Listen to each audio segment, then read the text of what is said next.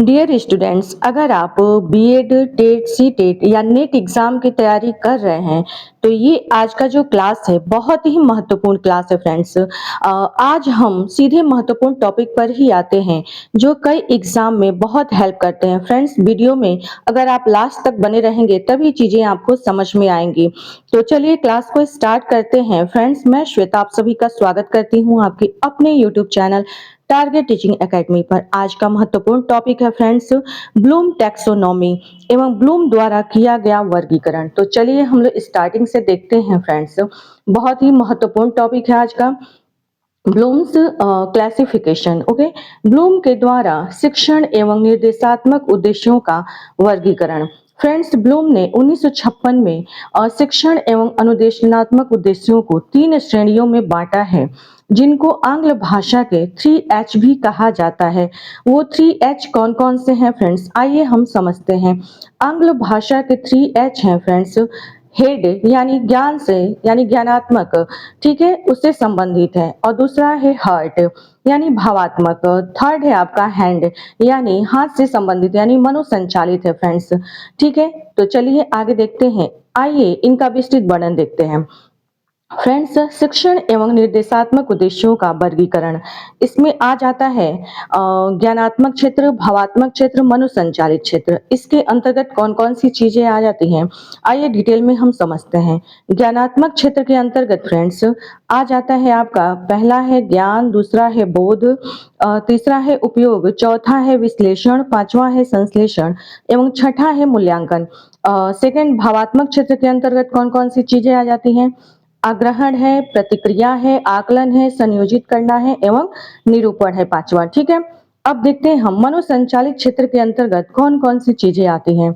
इसमें है प्रतिरूपता है, कार्य साधन है, परिशुद्धता है, स्पष्ट अभिव्यक्ति है, प्रकृतिकरण है।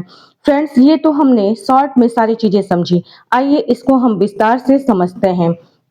फ्रेंड्स, सबसे पहले आपका आ जाता है ज्ञानात्मक क्षेत्र यानी कॉग्निटिव डोमेन। ठीक है, इस ज्ञान क्षेत्र को 6 स्तरों में विभाजित किया गया है फ्रेंड्स। यह बौद्धिक क्षमता के विकास से संबंधित होता है।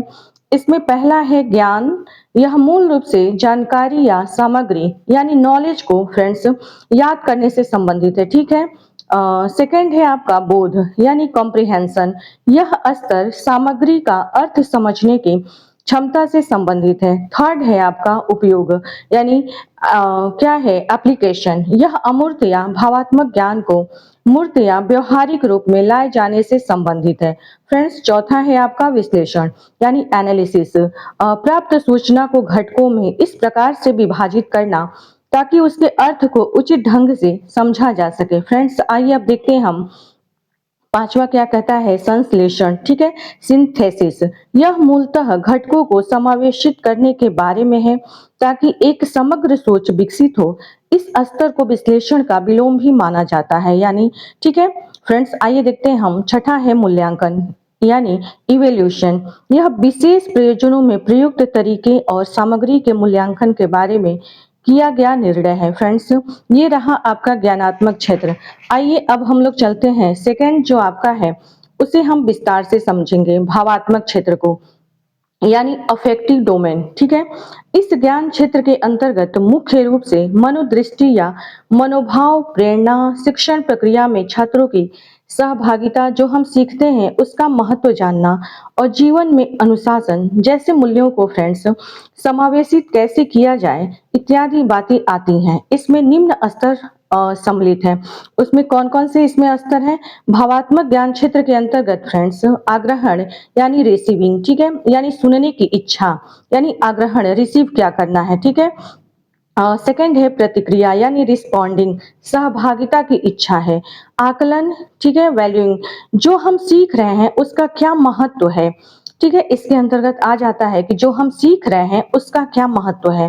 फिर चौथा है आपका संयोजित करना यानी ऑर्गेनाइजिंग, किसी भी चीज का ऑर्गेनाइज करना। ठीक है, पांचवा है निरूपण यानी कैरेक्टराइजेशन। ठीक है, कैरेक्टराइजेशन यानी निरूपण। ये रहा आपका भावात्मक क्षेत्र। फ्रेंड्स, अब हम लोग चलते हैं थर्ड आपका है मनोसंचालित क्षेत्र, इसे हम डिटेल में देखते हैं। साइकोमोटर डोमेन क्या है, मनोसंचालित ज्ञान क्षेत्र के अंतर्गत अनुदेशात्मक उद्देश्यों के निम्न 5 स्तर आते हैं।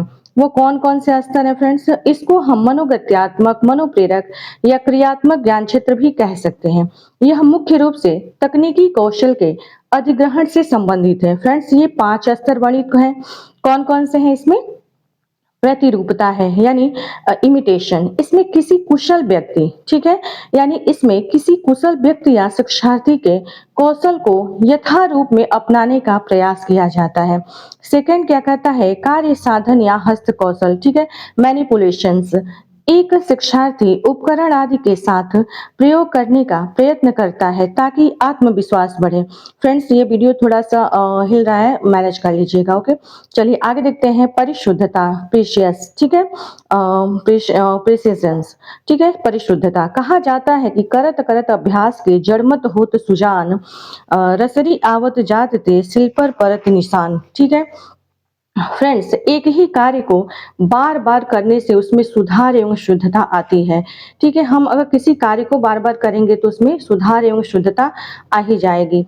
चलिए देखते हैं। अस्पष्ट अभिव्यक्ति, ठीक है, आर्टिकुलेशंस हैं। फ्रेंड्स यह भी सतत अभ्यास पर ही निर्भर करता है। प्रकृतिकरण, पांचवा है प्रकृतिकरण यानी नेचुरलाइजेशंस। ओके, इसमें कौशल को आत्मसात किया जाता है और शिक्षार्थी अनुरूप बनना, संशोधन करना, नई तकनीकों को नियत करना आदि गुणों को सीखता है। ये है आपका प्रकृतिकरण। फ्रेंड्स अब वो कुछ महत्वपूर्ण लाइनें हैं, इसे भी ध्यान से देखते हैं। वर्ष 2001 में एंडरसन और करतवुल ने ब्लूम वर्गीकरण में कुछ संशोधन किया था, ठीक है, जिसके अनुसार उन्होंने ज्ञान को सोचने का परिणाम माना। उन्होंने माना कि ज्ञान क्या है? सोचने का परिणाम है, ठीक है। उन्होंने समझ के स्थान पर